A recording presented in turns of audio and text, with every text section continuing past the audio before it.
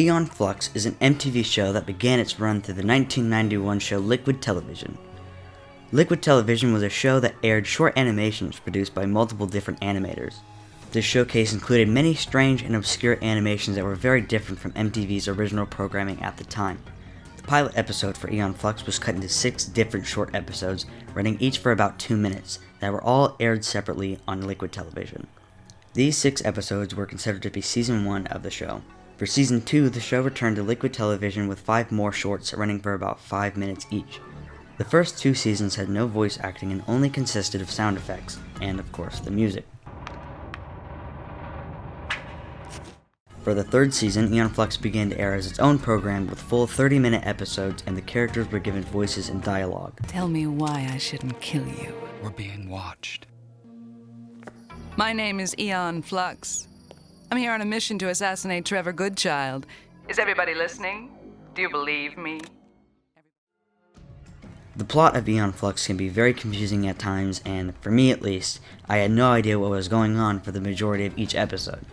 The origin of the story is that, in the very far future of 7698, an environmental crisis has wiped out the majority of the global population. There are 2 areas remaining: Monica, where the main character Aeon is from, and Bregna, which is led by Trevor Goodchild. Trevor has created an area that he believes to be a type of utopia, but Aeon and other Monican rebels are trying to expose him. This plot is introduced in Season 1 and 2, and each episode of Season 3 follows the same premise, but dives more into specific situations. The edgy, gritty, extremely detailed art style for the show seems like it came directly from a comic book. The creator, Peter Chung, did not fail to create a show that draws its viewers in, whether it be by the action,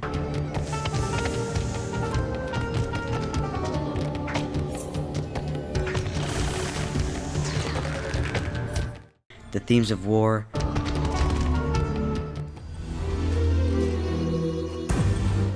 and the themes of love. Onan, how is it there? I'll be with you soon, I promise, but listen. Or simply by being seduced by the nearly naked assassin Aeon.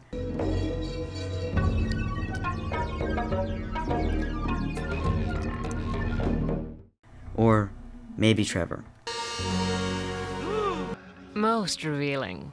Very impressive. Surprisingly, Peter Chung had worked on the famous Nickelodeon show Rugrats, which focuses primarily on babies, if you didn't know. He has stated that Aeon Flux was kind of created because of his frustration from working on Rugrats because of the limitations of the characters and their actions. I was feeling very frustrated about having characters that were very limited in what they could do and things that they could say.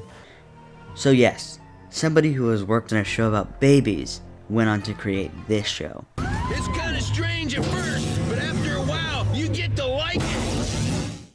Aeon Flux is definitely not a show suitable for small children, as it is filled with multiple disturbing moments and obvious portrayals of fetishism.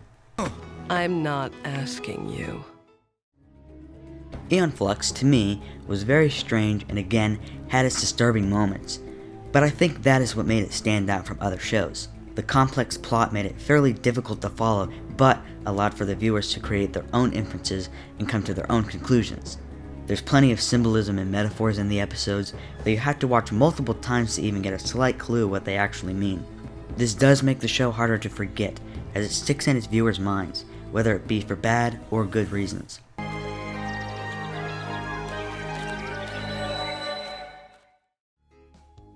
In 2005, the Aeon Flux series was made into a live-action movie with the same title. This film starred Charlize Theron as the main role and had a budget of $62 million, but it was a flop as it only made a box office total of about $52 million, and it was given a 9% on Rotten Tomatoes along with several other bad reviews. My thoughts on the film is that there were some good parallels,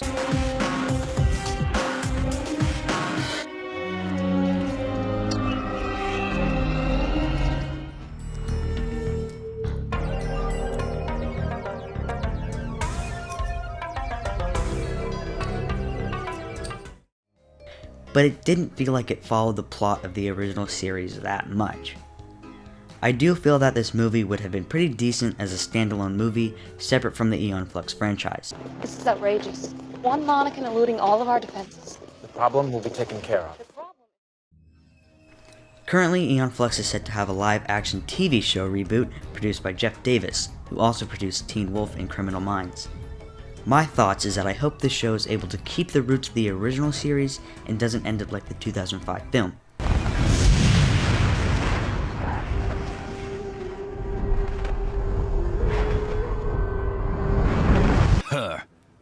I told you not to bother me with that nonsense.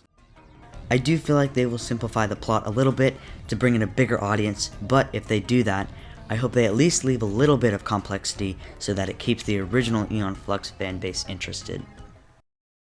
This is the kind of property that you don't really see done on TV very often. We felt good that we had a balance between things that we were pushing the edge on creatively, even if we might have a little smaller audience.